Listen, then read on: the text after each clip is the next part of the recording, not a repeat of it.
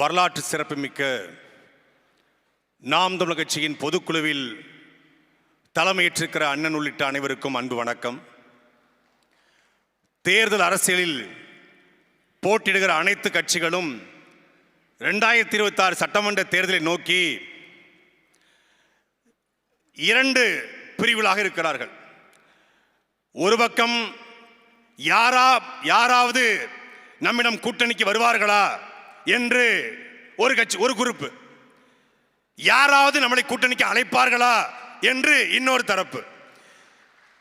யாராவது கூட்டணிக்கு வருவார்களா என்று ஒரு தரப்பு, யாராவது கூட்டணிக்கு அழைப்பார்களா என்று ஒரு தரப்பு, யாரோடும் கூட்டணி இல்லை என்று ஒரே தரப்பு, அது நாம் தமிழர் தரப்பு. எனக்கு அண்ணன் சீமானவர்கிட்ட பிடித்தது ஒண்ணுதான். 2010 வேலூர் சிறையில் ஒரு 5 பேர் அண்ணன் சீமானை பார்க்க போயிருந்தோம்.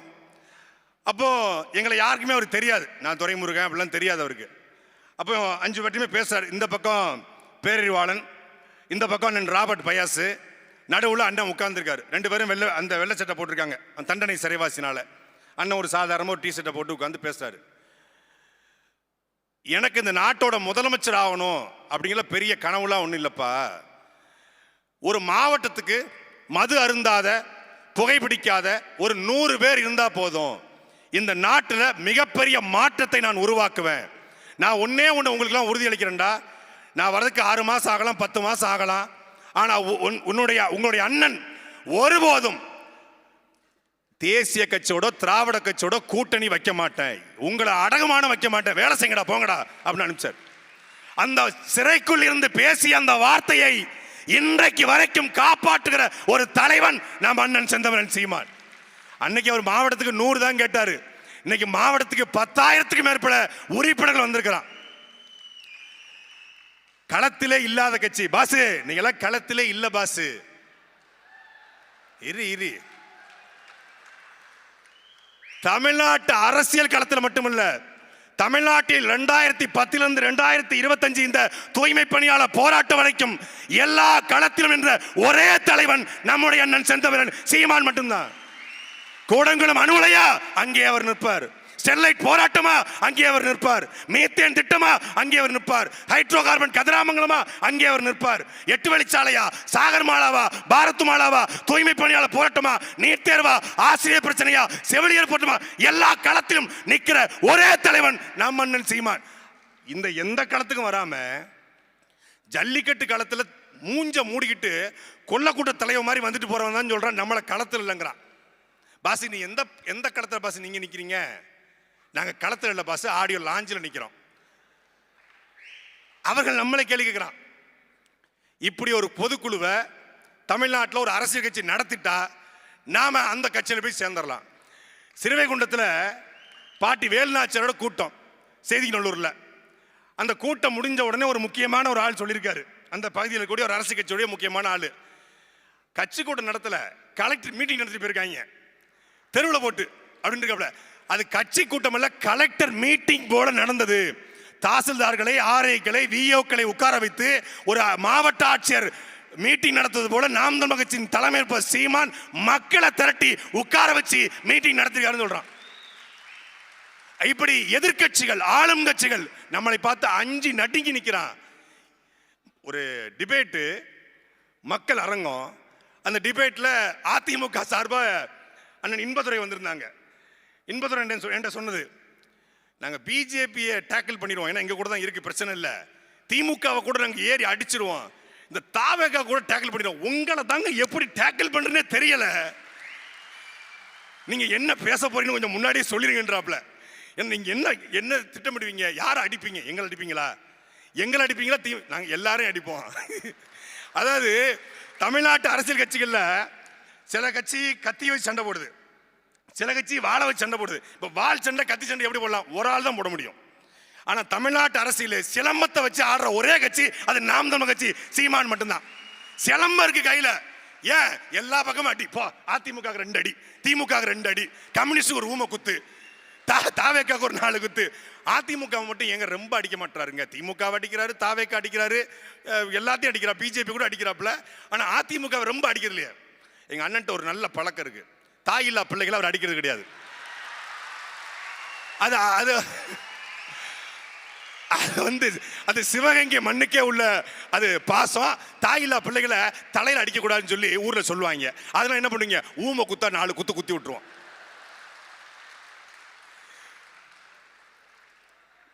ஒரு கட்சி கூட்டணி வைக்காமல் வெல்ல முடியுமா?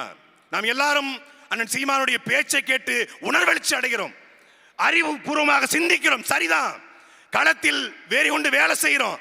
ஆனா வெறும் 8.2 விழுக்காடு தானே. இது அதிகாரத்தை அடையுமா? இது ஓட்டா கன்வெர்ட் ஆகும், சீட்டா கன்வெர்ட் ஆகுமா? இது ரூல் பண்ணுமா? இப்படி கேள்வி கேட்கறாங்க. தமிழ்நாட்டு அரசியல்ல கூட்டணி வைக்காம எந்த கட்சியும் வெல்ல முடியாதுப்பா. அதிமுக கூட போனா அப்படியே உங்க அண்ணன் ஒரு 40 சீட்டை வாங்கி அதுல 40 30 எம்எல்ஏ அடிச்சு ஒரு துணை முதலமைச்சர் அடிச்சு அப்படியே சட்டசபைக்குள்ள போய் உங்க குரலை கர்ச்சித்து அந்த தொகுதியை டெவலப் பண்ணி அந்த தொகுதி மக்கள் நல்லது செஞ்சு அது போல 234 தொகுதிக்கும் செய்வோம்னு காட்டி அதிமுக எடப்பாடி போனதுக்கு அப்புறம் அந்த கட்சியை அபகரிச்சு அப்படியே முதலமைச்சர் ஆயிரலாம். இந்த நீ உமி கொண்டு வா, நான் அவள் கொண்டு வரேன், ஊதி ஊதி தும்புங்கிற கதையெல்லாம் நாங்க போய் கேள்விப்பட்டோம். இது எவனாவது ஆடி காத்துல அவள் உப்பா அவன்கிட்ட போய் சொல்லு. எடப்பாடி பழனிசாமியை முதலமைச்சர் ஆக்குறதுக்கோ ஸ்டாலினை முதலமைச்சர் ஆக்குறதுக்கோ வேற யாரையும் முதலமைச்சராக நாங்க வரல. பிரபாகரன் அந்த தலைவன் கண்ட கனவை தமிழ் நிலத்தில் சாத்தியப்படுத்த வந்திருக்கிறோம். அப்ப இது கைத்தட்டலாம், ரசிக்கலாம். வெல்லுமா? வெல்லுமா? 2011 காலகட்டத்தில் ஒரு இயக்குனர் ஒரு அரசியல் கட்சியில ஆர்வம் கொண்டு இணைகிறாப்புல. இணைஞ்சி அந்த கட்சியில புதிய சிந்தனைகளை பேசுறாரு. இதெல்லாம் செட் ஆகுதுப்பா அந்த நாட்டுக்கு, இந்த மாதிரி புதிய யோசனை சொன்னா இந்த நாட்டில் ஒரு வய ஓட்டு போட மாட்டான் அப்படிங்கிறாரு. 2016 காலகட்டம் வருது. அந்த இயக்குனர் என்ன பண்றாரு, தனிச்சு நிற்போம், சுயேட்சை நிற்போம் சொல்லி சுயேட்சை நிற்கிறாப்புல. சுயேட்சை நின்று அந்த குறிப்பிட்ட மாநகரத்துக்கு மட்டும் மேயரா தேர்ந்தெடுத்துறாங்க. மேயரா தேர்ந்தெடுத்தோடனே அந்த நாட்டில் ஒரு ஆண்டுக்கு 1,00,000 கொலைகள் நடக்குது. நான் அந்த 1,00,000 கொலைகளையும் கட்டுப்படுத்துவேங்கிறாரு. கல்ல கொண்டு எறிகிறான். ஏன்னா அந்த நாட்டில் கொலையாளிகள் தான் நாட்டை ஆள்றான். நேரடியாக லாட்ஜுக்கு போவான். லாட்ஜில் இருக்கக்கூடிய அந்த பையன் தங்கியிருப்பாங்க இல்லையா விடுதியில், அவங்களை அடிச்சு விரட்டிட்டு அவங்ககிட்ட காசு பாஸ்போர்ட்டை பறிச்சு விட்டுருவான். அமெரிக்க தேசம் சொல்லுது இந்த நாட்டுக்கு நீ போகக்கூடாது, தடை விதிக்குது. உலக நாடுகள் அந்த நாட்டை பார்த்து பயப்படுது. ஆனால் அந்த நாட்டில் வளம் கொளிச்சு கிடக்கு, தேயிலை கொளிச்சு கிடக்கு, செல்வம் கொளிச்சு கிடக்கு. ஆனா கொள்ளையும் கொளிச்சு கிடக்குது, கொலை கொளிச்சு கிடக்கு. கொலையாளிகளை நான் ஒழிப்பேன்றான். ஒரு பயம் நம்பல. 2018 நியூ தாட்ஸ், புதிய யோசனைகள் அப்படிங்கிற ஒரு கட்சியை உருவாக்குறான். கட்சியை உருவாக்கி நான் ஆட்சிக்கு வந்தால் இந்த கூலிப்படையை ஒழிப்பேன் என்று சொல்றான். 53 விழுக்காடு வாக்குகளை எடுத்து 6,96,00,000 வாக்குகள் இருக்கக்கூடிய அந்த நாட்டில் கிட்டத்தட்ட 3 கோடி வாக்குகளை பெற்று வெற்றி பெறான். வெற்றி பெற்ற உடனே அந்த நாட்டின் தலைநகர் இருந்து சரியா 100 கிலோமீட்டர்ல உலகத்திலே பெரிய ஜெயில கட்டுறான். பெரிய ஜெயில கட்டி 80,000 பேரை ஒரே நாள்ல கைது பண்றான். எப்படி இங்க ஆத்துமல்ல கொள்ளடிக்கிறவன் கனிமூலத்தை கொள்ளடிக்கிறானோ அது போல கூலிப்படைய போற கைது பண்றான். கைது பண்ணி அந்த ஜெயில போடுறான். அந்த சிறையில தொலை தொடர்பு கிடையாது, மனு பார்க்க முடியாது, எந்த விதமான அடிப்படை வசதியும் கிடையாது. சிறையில போட்டுறான். நாடே கொந்தளிக்குது. பத்திரிகையாளர் எழுதுறாங்க இவன் சர்வாதிகாரி, இவன் பயங்கரவாதி, இவன் கருத்து சுதந்திரத்துக்கு எதிரானவன். எழுதுறான் ஆமாடா நான் கருத்து எதிரானதா, நான் சர்வாதிகாரன்டா, என் நிலத்தை காப்பாற்ற எனக்கு வேற வழி இல்லைன்னு போடுறான். 2024 திருப்பி தேர்தல் வருது. 75 விழுக்காடு வாக்களை பெற்று 2வது முறையாகவும் அவனே அந்த நாட்டின் அதிபராக மாறி இருக்கிறான். நாடு எல் சால்வடார் என்கிற வட அமெரிக்க தேசம். ஒரு சாதாரண தொலைக்காட்சியில விளம்பரத்தை எடுத்த இயக்குனரே அந்த நாட்டை ஆளுகிற பொழுது இந்த தமிழ்நாட்டில் அதே காலகட்டத்திலே அதே திரைத்துறை வந்த நாம் தமிழர் கட்சியுடைய தலைமை ஒருங்கிணைப்பாளர் சீமான் வெல்ல முடியாதா என்பதை அறிவார்ந்த மக்கள் சிந்திச்சு பார்க்கணும். இன்னைக்கு எல்லாரும் கூகுள் பண்ணி பார்த்தா இப்ராஹிம் ட்ரோடேன்னு தமிழ்ல தேடினா தமிழ்நாட்டின் இப்ராஹிம் ட்ரோடேன்னு ஒரு பேர் வருது. இப்ராஹிம் ட்ரோடேக்கும் தமிழ்நாட்டிற்குரிய அந்த இப்ராஹிம் ட்ரோடேக்கும் நேரடியாக ரத்த சம்பந்தமோ மொழி சம்பந்தமோ கிடையாது. ஆனாலும் தமிழ்நாட்டின் இப்ராஹிம் ட்ரோடே என்று தேடினால் வருகிற ஒரு பெயர் நம்முடைய அண்ணன் செந்தமிழன் சீமான். அதே மாதிரிதான் இப்ராஹிம் ட்ரோடே பெரிய அதிகார வர்க்கம். அந்த அதிகாரத்தை எடுத்து ஒரு 35 வயசு பையன் இன்னைக்கு புர்கினோ பாசோ என்கிற அந்த நாட்டினுடைய அதிபராக மாறி இருக்கிறான். அதுக்கு முன்னாடி அவனுடைய முன்னோர்கள் எப்படி இங்க தமிழரசன், நம்முடைய கலிய பெருமாள், நம்முடைய முன்னோர்கள் ஒரு தமிழ் தேசிய களத்தை உருவாக்கி அதிலே தோற்று போய் வீழ்ந்து போய் அதற்கு பிறகு ஈழத்திலே நம் தலைவன் பிரபாகரன் உலகத்தின் 24 நாடுகளை எதிர்த்து ஒரு நாட்டை கட்டமைக்க முயற்சி செய்து வெற்றி பெற்று சூழ்ச்சிகளால் வீழ்த்தப்பட்டானோ அதே போல அந்த புர்கினோ பாசாவிலையும் சங்கரா என்கிற ஒரு புரட்சியாளன், சங்காரா என்கிற ஒரு புரட்சியாளன் பெரிய விதையை போட்டான், பேஸ்மெண்ட்டை போட்டான். அந்த அடித்தளத்தில் புர்கினோ பாசாவில் இப்ராஹிம் ட்ரோடே இன்னைக்கு அதிகாரத்தை கைப்பற்றுகிறான். இப்ராஹிம் ட்ரோடே அதிகாரத்தை கைப்பற்றுவது சாத்தியம் என்றால் எல் சால்வடாவில் நை புக்காலே அதிகாரத்தை கைப்பற்றுவது சாத்தியம் என்றால் இந்த நிலத்தில் நம் மன்னன் சீமானும் அதிகாரத்தை கைப்பற்றுவது சாத்தியம். சின்ன பையன் 8.2 நினைக்காதீங்க. கோலியாத்து தாவீது கதை நமக்காகத்தான். பெரிய பூதம் கோலியாத்தை தாவீது எப்படி வீழ்த்தினானோ இந்த திராவிட பூதங்களை நாம் இந்த களத்திலே வீழ்த்துவோம். வேலுநாச்சியார், மருதுபாண்டியர் நமக்கு சாட்சியா இருக்காங்க. வெள்ளக்காரன் பெரிய பீரங்கி வச்சிருப்பான், துப்பாக்கி வச்சிருப்பான், வீழ்த்த முடியும் என்று ஒரு பெண்ணரசி நினைச்சிருந்தா நாட்டை மீட்டெடுத்திருப்பாளா? அவள் அது நமக்காக படைக்கப்பட்டதா? இப்படி சுபாஷ் சந்திர போஸ் மிகப்பெரிய வெள்ளக்கார படை. சுபாஷ் சந்திர போஸ் படையில் என்ன 30 கோடி முகமுடையாள்னு பாரதி பாடியது போல 30 கோடி பேரும் இருந்தானா? இல்லை, வெறும் 10,000 பேர் தான்.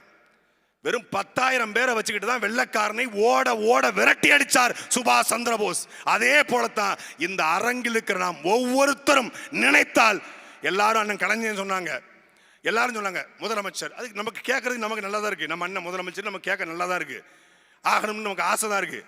ஆனால் அதுக்கு நாம் ஒற்றுமையா உழைக்கணும். கட்சிக்குள்ள இருக்கக்கூடிய சின்ன சின்ன சிக்கல்கள் குறித்தெல்லாம் நிறைய பேர் பேசினாங்க. இது கலந்தாய்வு கூட்டம் கிடையாது.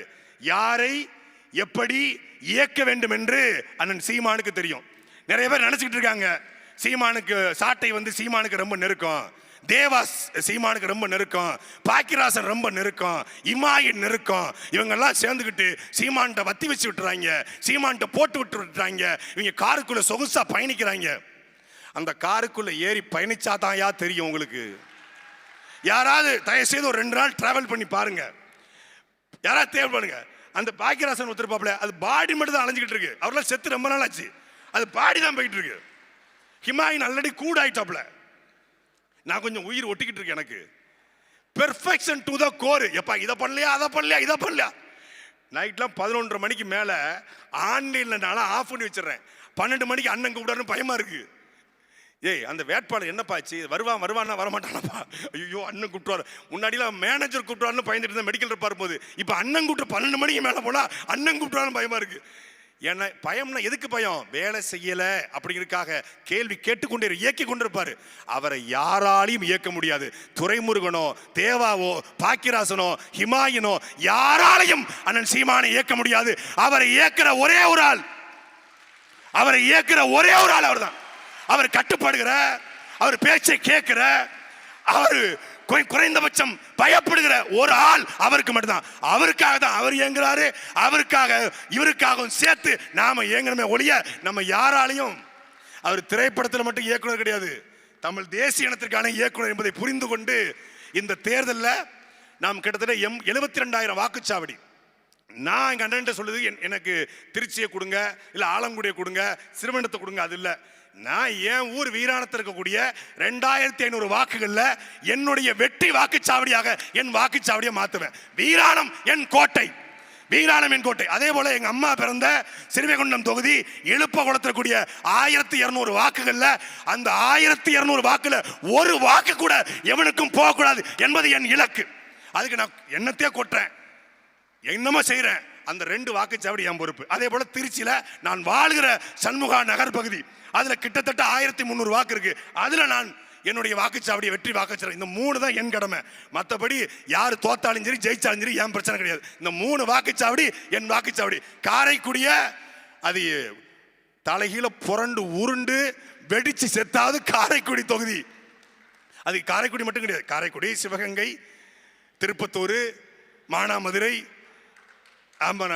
எல்லாமே அதானே. எல்லா தொகுதியிலையும் நம்முடைய வெற்றியை உறுதிப்படுத்துவோம். அதனால நம்முடைய வாக்குச்சாவடியை உறுதிப்படுத்துவோம். நீங்க இங்க இருக்க வெண்ணிலாவோ, இங்க இருக்கக்கூடிய சுனந்தாவோ, இங்க இருக்கக்கூடிய அண்ணன் ஹிமாயனோ யார் இருந்தாலும் சரி, நம்ம வாக்குச்சாவடியை நாம் வெற்றி வாக்குச்சாவடியை மாற்றிவிட்டால் 2026ல நம்மை போல மிகப்பெரிய சக்தி, மிகப்பெரிய ஆற்றல் எவனும் கிடையாது. இந்த அணில் எல்லாம் கவலைப்படாதீங்க. அதை 65 போடுறதுக்காக தனியாக சாட்டின்னு ஒரு கடையை போட்டிருக்கேன். அதில் அணில் 65 சூடாக போட்டு உங்களுக்கு கொடுப்போம். நல்லா சாப்பிட்டுட்டு தெம்பா நீங்க வேலை பாருங்க. அதெல்லாம் கவலைப்பட தேவையில்ல. அணில் சாப்பிட்டா நல்லா புரோட்டீன் ஏறும். களத்தில் உறுதி கொண்டு வெறி கொண்டு வேலை செய்வோம். யாருக்கும் சின்ன சின்ன சிக்கல்லாம் கிடையாதுங்க. ஒரே சிக்கல் தான், திமுக இந்த தாவேகா இந்த அதிமுக ஒழிக்கணும். அது ஒண்ணுதான் நாம் நமக்கு ஒரே சிக்கல். அதை வெறி கொண்டு வேலை செய்வோம். 2026ல் ஒவ்வொரு வாக்குச்சாவடி வெற்றியை அண்ணன் சீமானுடைய கரங்களில் ஒப்படைப்போம். நன்றி, வணக்கம். நாம் தமிழர்.